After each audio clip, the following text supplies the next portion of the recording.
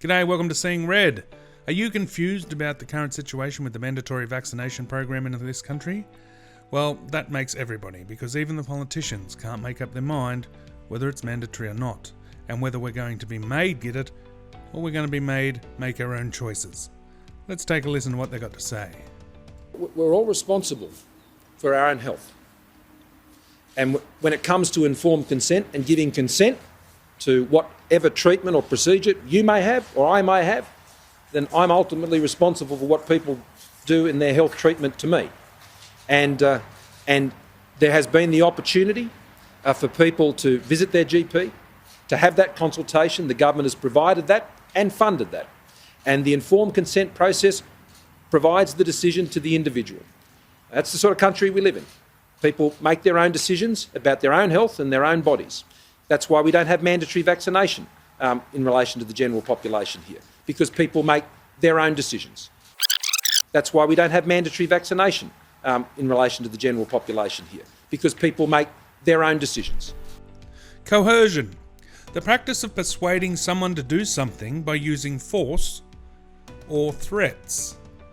Now, does this sound a little familiar?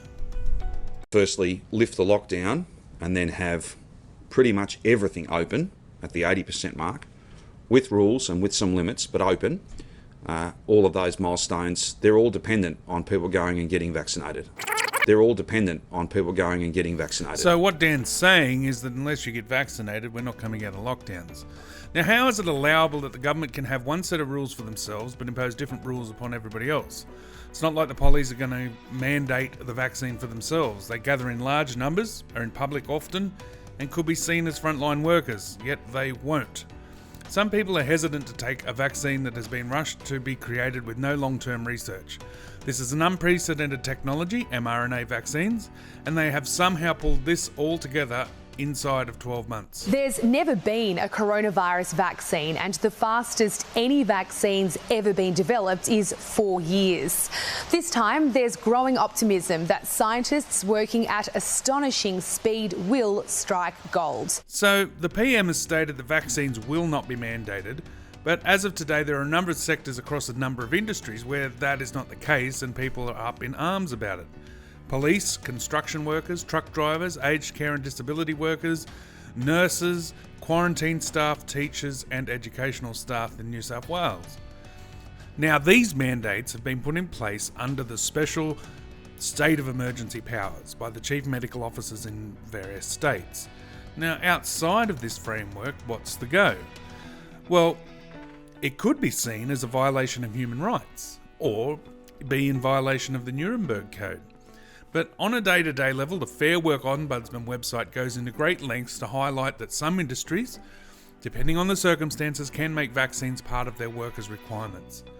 Though this has to be agreed upon by both the employer and the employee. So there has to be an agreement in place for this to be even a possible thing.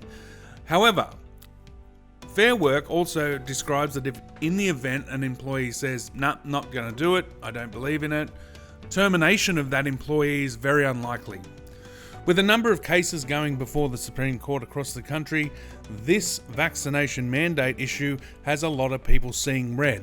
If it doesn't make you see red, then I don't know what will. Like and subscribe.